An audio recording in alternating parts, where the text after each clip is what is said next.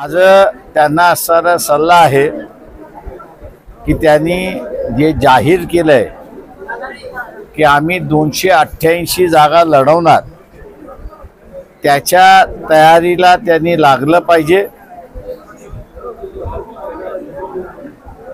आणि त्यांची घोषणा 288 लढण्याची याला त्यांनी पूर्तता केली पाहिजे।